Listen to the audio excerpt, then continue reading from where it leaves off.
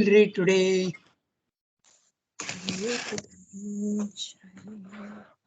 Pallavi, this is your, Tuesday is your class.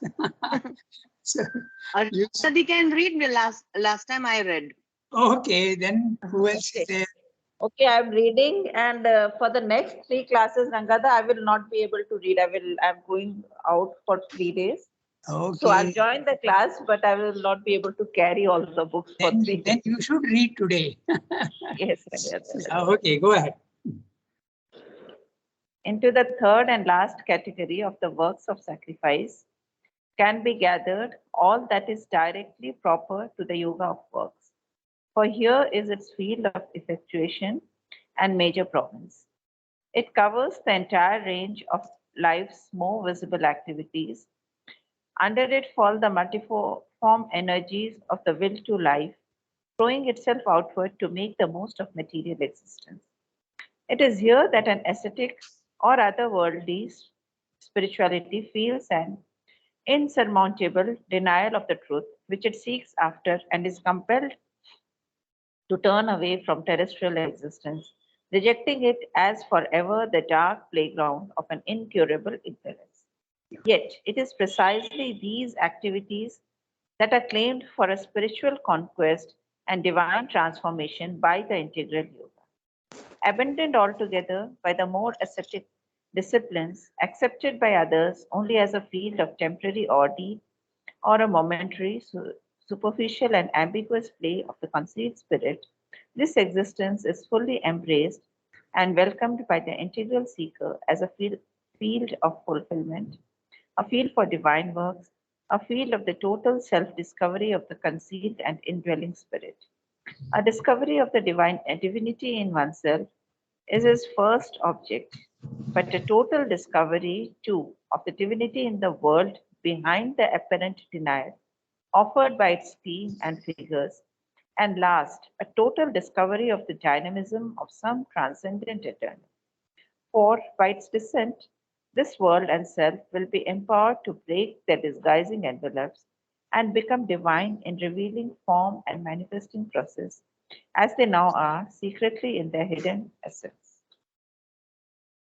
Okay, so let's start reading sentence by sentence and seeing what is meaning. He is discussing the works of sacrifice in this chapter, the ascent of the sacrifice. So he has dealt with the Jnana Yoga, how you are to use the sacrifice in Jnana Yoga. You offer all your thoughts and all that, and you concentrate.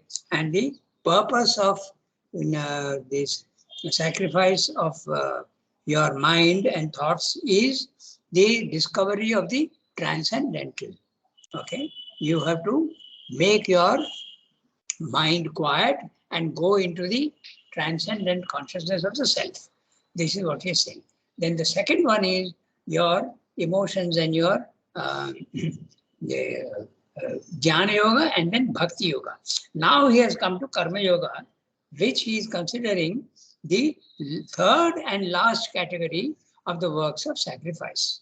Okay, so the first was Jnana Yoga, the second was Bhakti Yoga, and in all, you can apply the principle of sacrifice because the principle of sacrifice is very clearly stated in the Gita in great detail. So he is following that.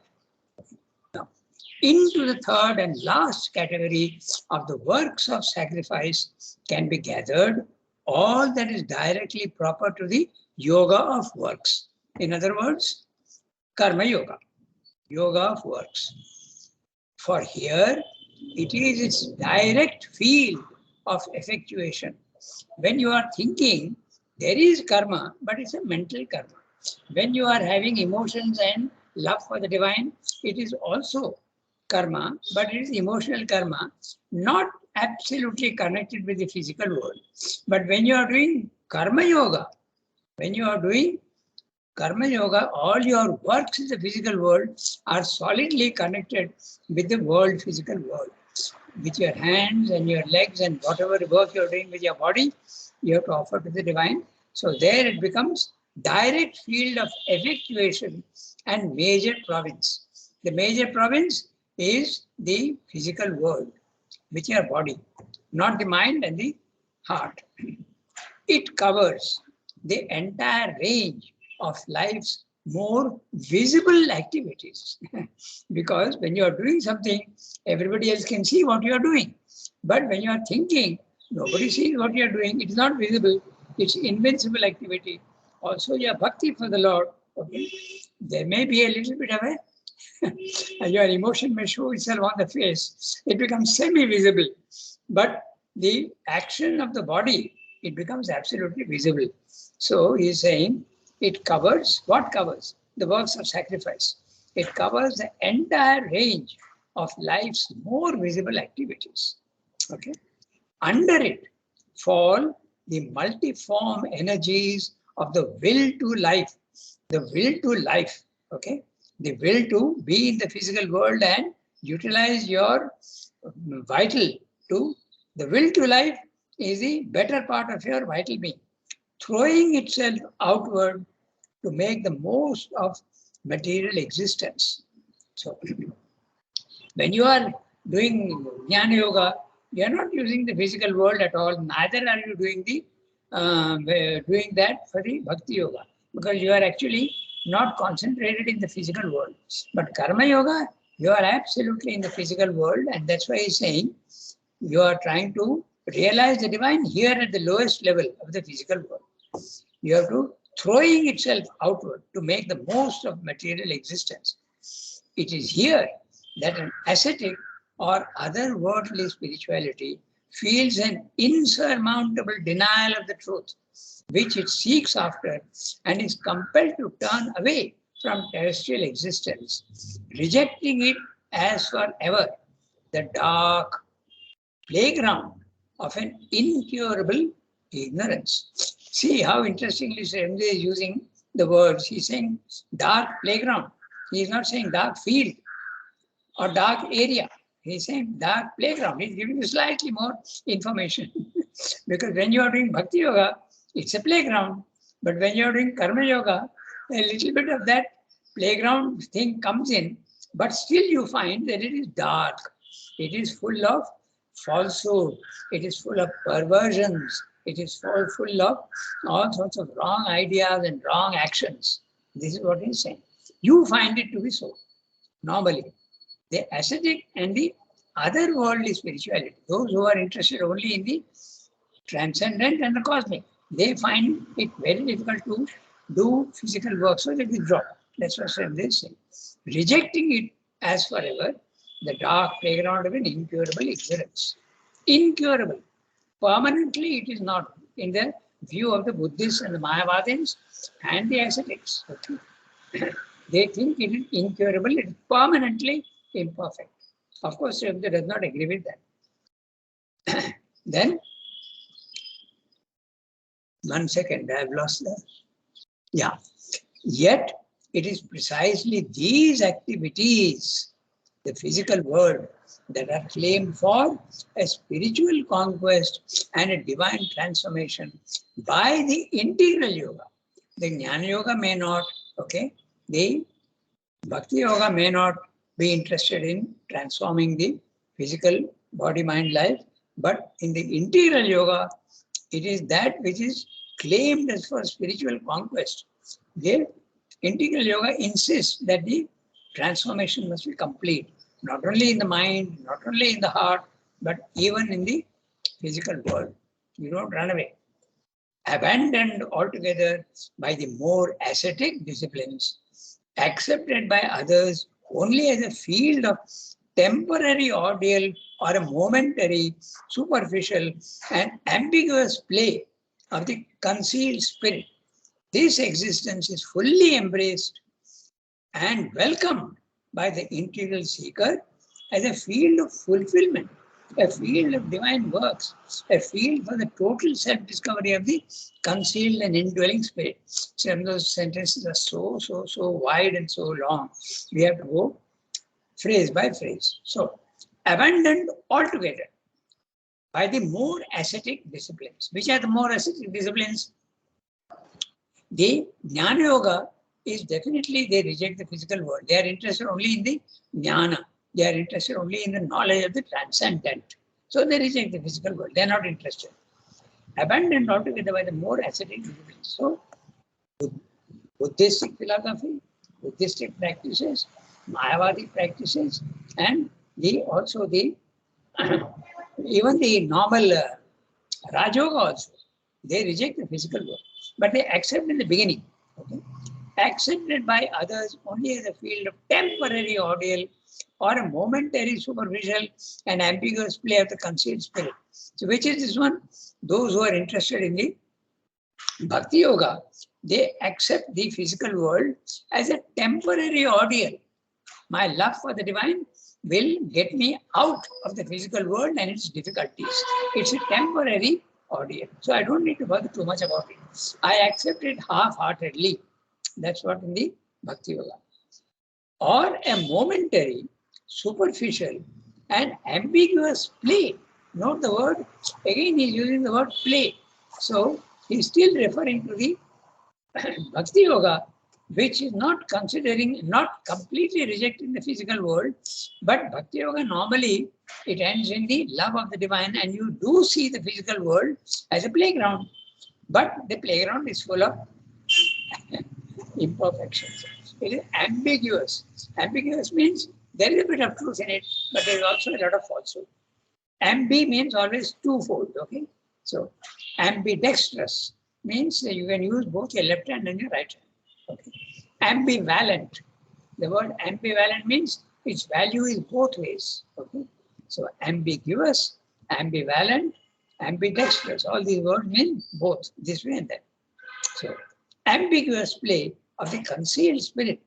The Bhakti Yoga accepts that the divine is here, but the physical is imperfect. This existence is fully embraced and welcomed, note the word welcome, by the integral seeker as a field of fulfillment. The others don't want fulfillment. They want only semi-fulfillment of the mind or the heart. Okay? But Srindra is saying, you are welcoming the challenge. This is a great thing. Whenever there is a challenge, some people will accept the challenge and some people will not. But the essential character of man is that he accepts the best, not always the lazy people, but the best always accept the challenge and take it up. That's why man is able to go to Mount Everest. I always use this. On earth, that's the best you can do. Go to Mount Everest.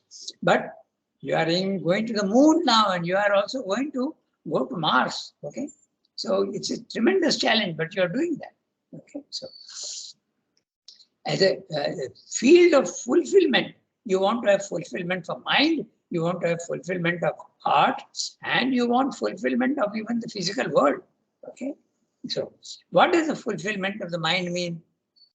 You have full knowledge. Your mind is in ignorance. Fulfillment of the mind means full knowledge.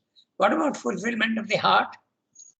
There are a lot of emotions which are wrong, but fulfillment of the heart would be full enjoyment following from the love and intimacy with the divine. Full enjoyment, ananda, pure ananda, not mixed pleasure. And what would be the fulfillment of the body? It would be a body which is perfect, which is not subject to death, which is not subject to disease, which is not subject to tiredness. Neither all these things. That would be the fulfillment of the body. So a field for divine works, a field for the total self-discovery of the concealed and indwelling spirit. So now again he has used two words. The divine is concealed even in matter, but he's also living there. He's not only concealed, but he's actually living there. Indwelling spirit. A discovery of the divinity in oneself is his first object. The Karma Yogin wants to discover the divine within himself. But a total discovery too of the divinity in the world, behind the apparent denial offered by scheme of figures. By scheme and figures, and last, a discovery of this dynamism of some transcendent eternal. So you want to experience the divine in yourself, in everything in the universe, but also see how the divine, the transcendent divine, is himself working in the physical world. Okay, that's what he's saying. For its descent, dynamism of sun, transcendent, eternal. Dynamism means working in the physical world. For by its descent, this world and self will be empowered to break their disguising envelopes. Which are the disguising envelopes? They are mostly three: matter, life, and mind in the universe, and body, vital, and mental in the individual, and become divine in revealing form. The form also will reveal the divinity. It will be a form of beauty. It will be a form of absolute perfection and manifesting process, as they now are secretly in their hidden essence. So the manifesting also, the manifestation in body, mind, life, or matter, life, and mind will be absolutely divine. You will be able to see it. He's saying revealing form. Mother uses the word, if you remember, even cats and dogs will see the difference when the supermental rays come into the picture. So in Sri yoga, you don't run away from the physical world, but you try to bring the divine into everything you are doing and offer every action that you are doing to him.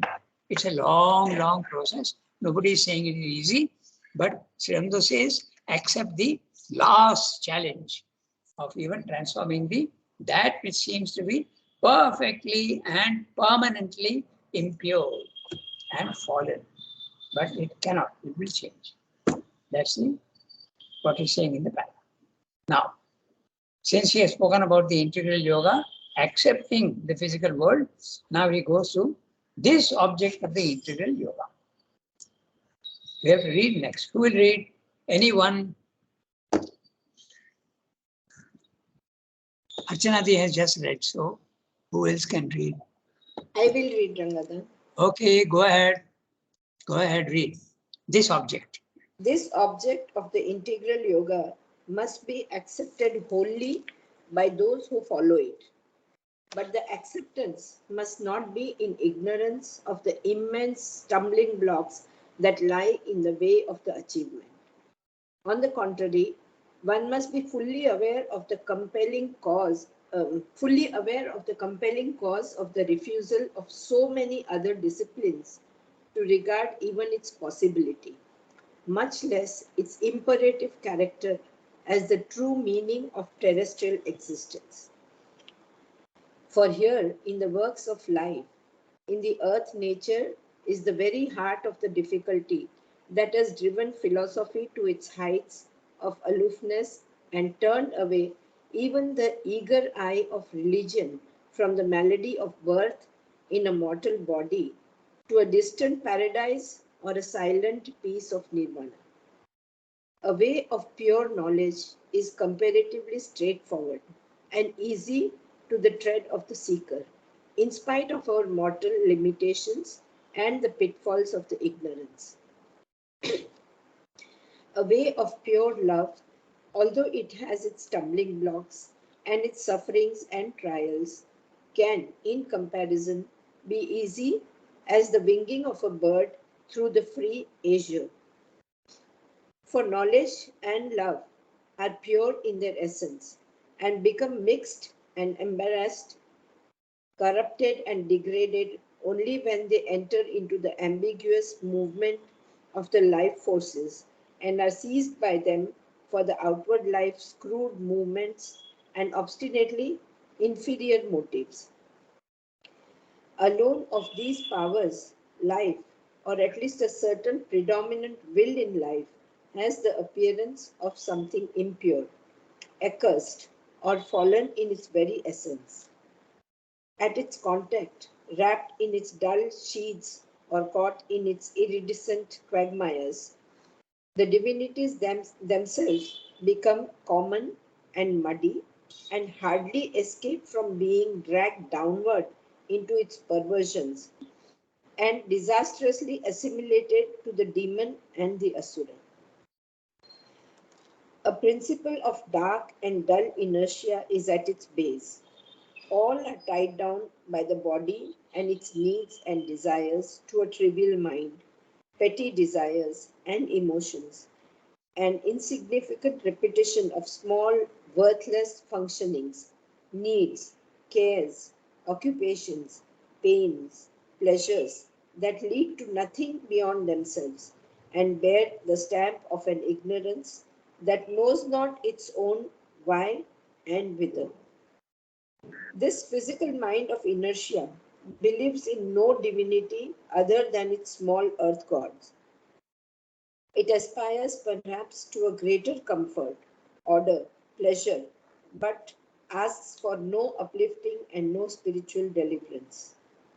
At the center, we meet a stronger will of life with a greater gusto, but it is a blinded demon, a perverted spirit, and exults in the very elements that make of life a striving turmoil and an unhappy imbroglio. My God, this is so big. Embroglio. That's right. Imbroglio. It is a soul of huh, it is a soul of human or titanic desire, clinging to the garish color, disordered poetry, violent tragedy, or sterling melodrama of the mixed flux of good and evil, joy and sorrow, light and darkness, heady rapture and bitter torture.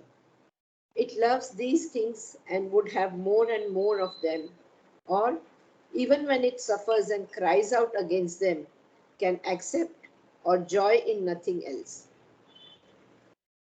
Can accept or joy in nothing else. Yeah. Uh, Can accept or joy. Joy in the sense of he's using enjoy. Enjoy. it. Uh, It should be enjoy, but he's using joy as a verb. uh. It hates and revolts against higher things, and in its fury would trample, tear, or crucify any diviner power that has the presumption to offer to make life pure, luminous, and happy, and snatch from its lips the fiery brew of that exciting mixture. Another will in life there is that is ready to follow the ameliorating ideal mind and is allured by its offer to extract some harmony, beauty, light, nobler order out of life. But this is a smaller part of the vital nature and can be easily overpowered by its more violent or darker, duller yoke comrades. Nor does it readily lend itself to a call higher than that of the mind unless that call defeats itself, as religion usually does, by lowering its demand to conditions more intelligible to our obscure vital nature. All these forces the spiritual seeker grows aware of in himself and finds all around him and has to struggle and combat incessantly to be rid of their grip and dislodge the long entrenched mastery they have exercised over his own being as over the environing human existence. The difficulty is great, for their hold is so strong, so apparently invincible, that it justifies the disdainful dictum which compares human nature to a dog's tail. For straighten it never so much by force of ethics, religion, reason, or any other redemptive effort, it returns in the end always to the crooked curl of nature.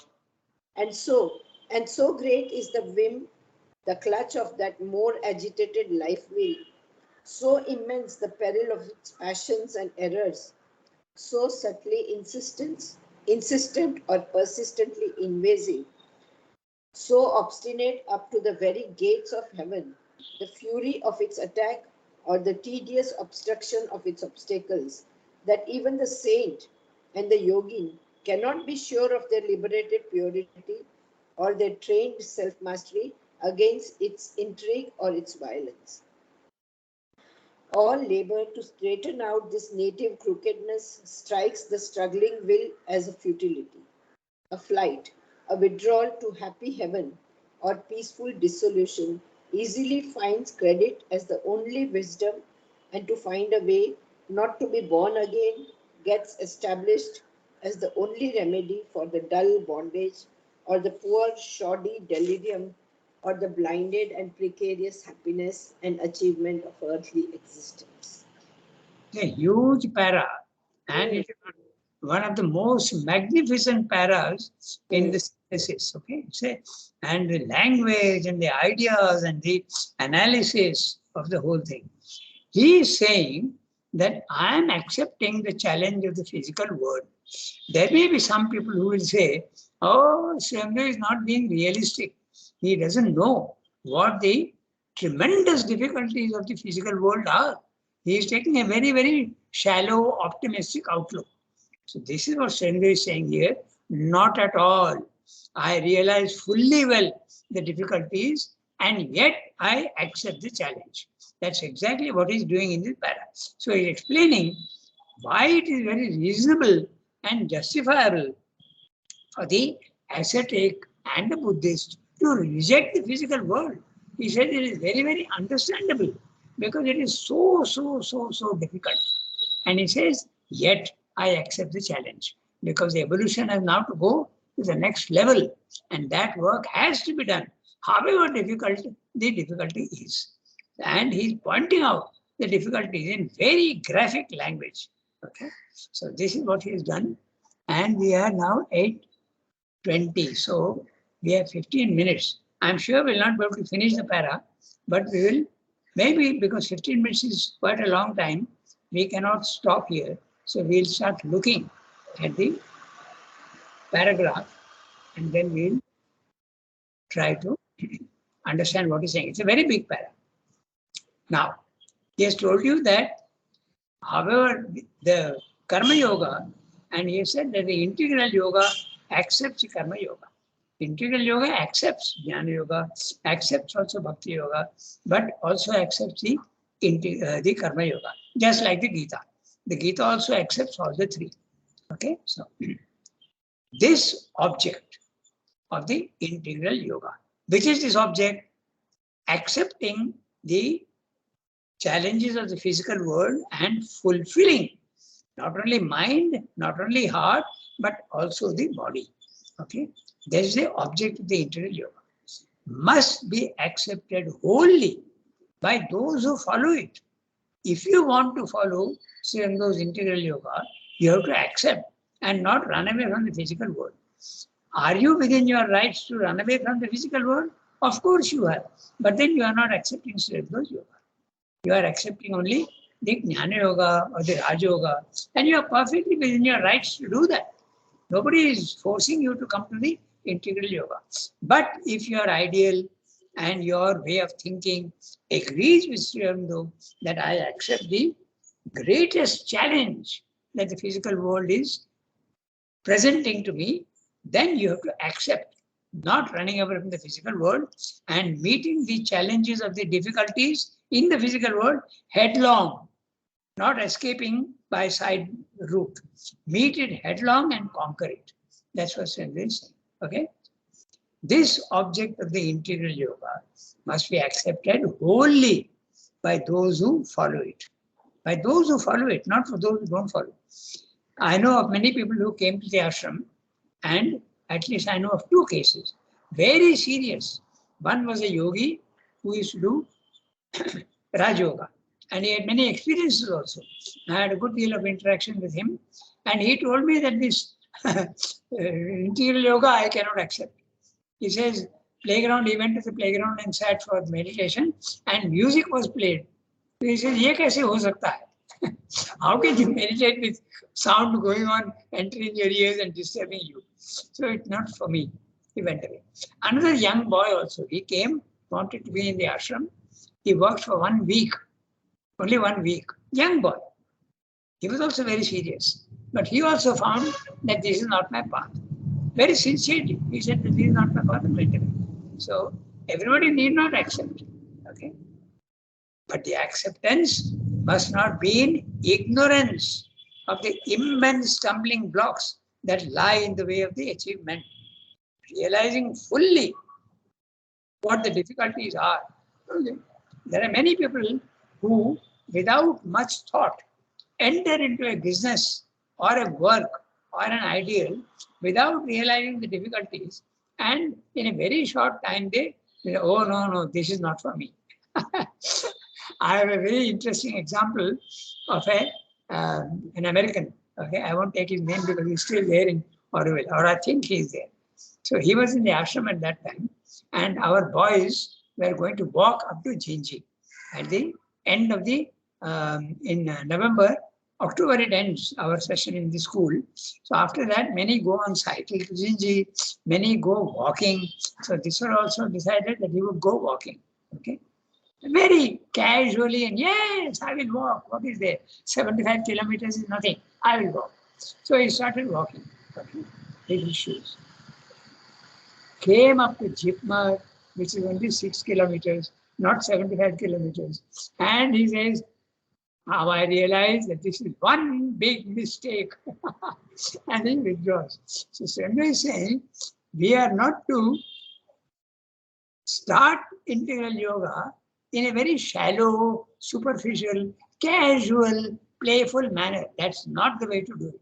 We have to realize fully the difficulties and accept. And once you have accepted, there is no running away. You have to follow and go to the end. And so I'm going to tell you, Senway is saying, all the difficulties of the path. So in the whole para of 2 pages or little more, he is explaining to you how difficult it is. Okay, so it's you can get discouraged also sometimes. Okay, if you are not up to the challenge.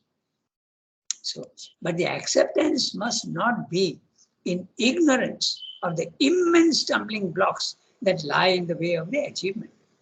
On the contrary, we must be fully aware of the compelling cause of the refusal of so many other disciplines to regard even its possibility, much less its imperative character. Okay, even possibly it is not, let alone the final aim of transforming matter. No, not even that. Even it's impossible to even change matter. If you have so many other disciplines, which are the other disciplines? Buddhism, Mayavadism, okay, Mayavada, and the ones who are doing Jnana Yoga, many of them also, they feel that it's impossible to do anything in the physical world. They refuse, because then you can understand. And why you can understand, I'm going to tell you the difficulties. Very simple. Okay? It's as the true meaning of terrestrial existence. They don't accept the possibility or even the imperative character of the true meaning of terrestrial existence. The true meaning of terrestrial existence is that the divine has made the physical world. Why are you running away from something that the divine has made? Okay, there must be a meaning in it. Take the challenge and try to understand what is the meaning of terrestrial existence. It is hidden, but discover it. Why are you running away? That's what he's saying. For here, in the works of life, in the earth nature, in the physical world, is the very heart of the difficulty that has driven philosophy to its heights of aloofness and turned away even the eager eye of religion from the malady of birth in a mortal body to a distant paradise or a silent peace of nirvana.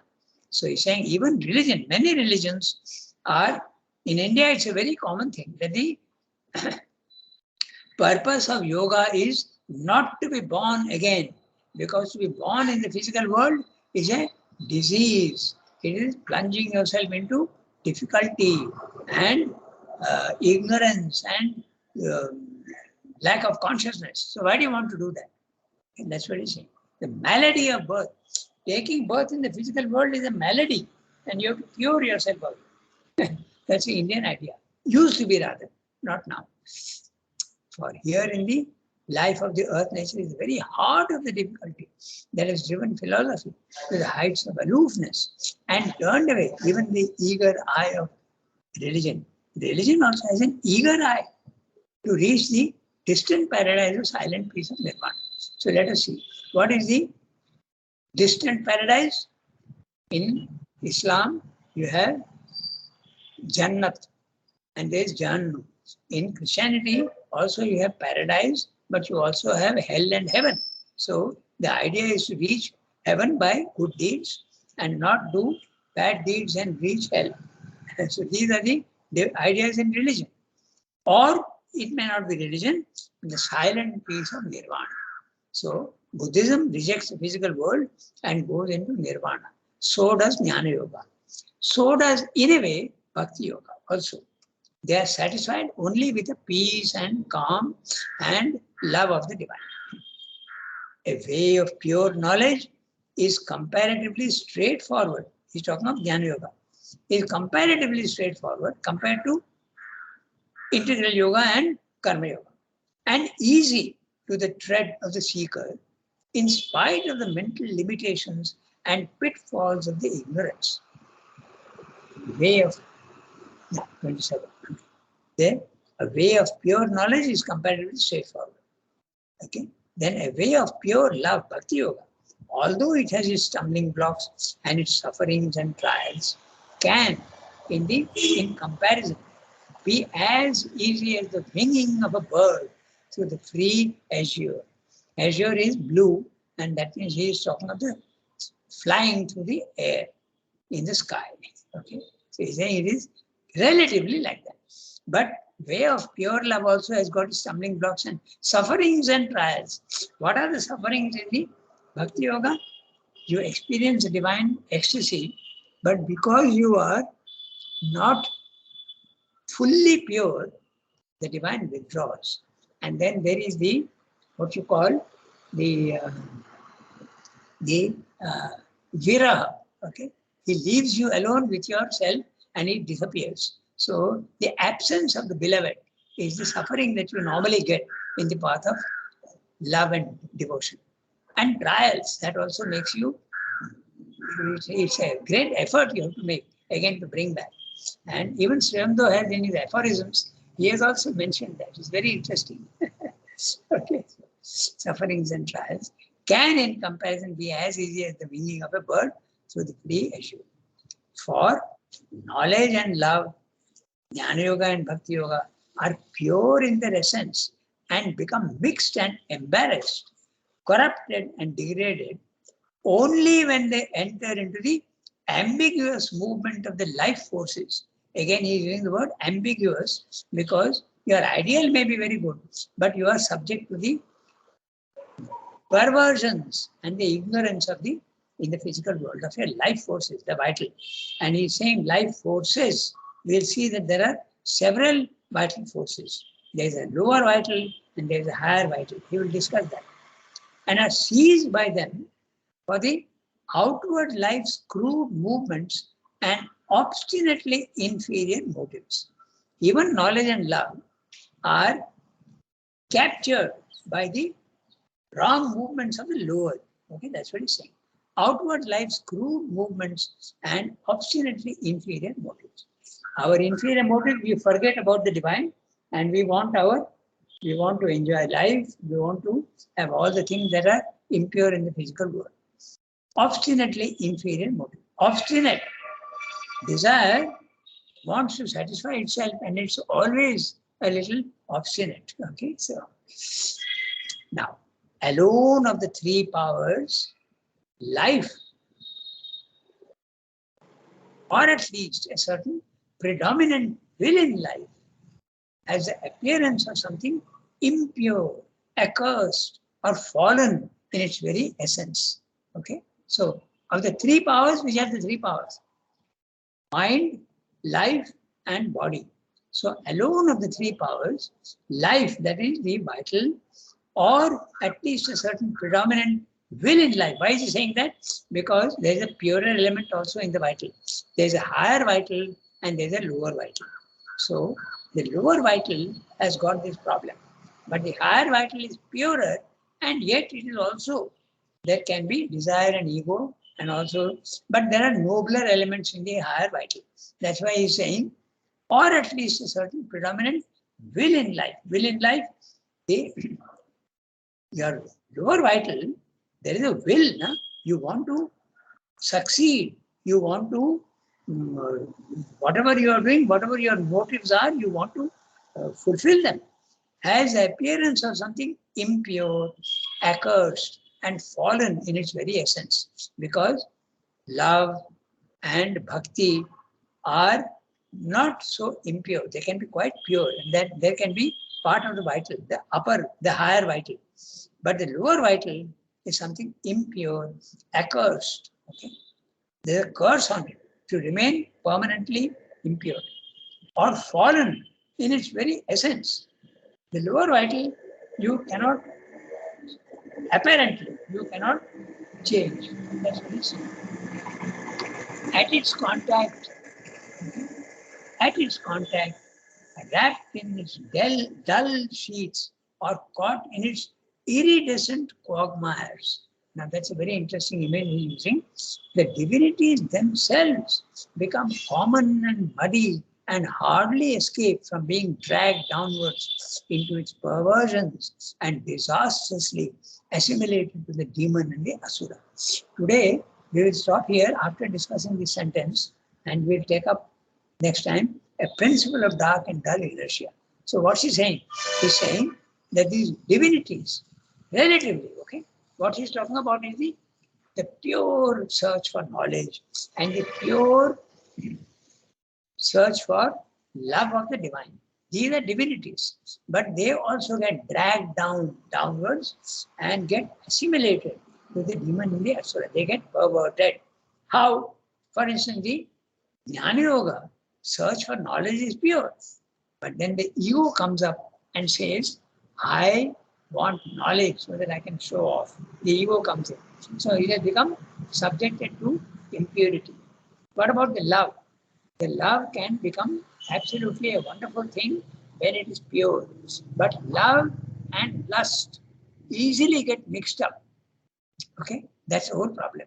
So when love at the human level gets lust, it becomes very, very dull sheets or caught in its iridescent quagmires. Quagmire is or quagmire, I don't know how it's a semi-boggy mixture of mud and water where you can get sucked in.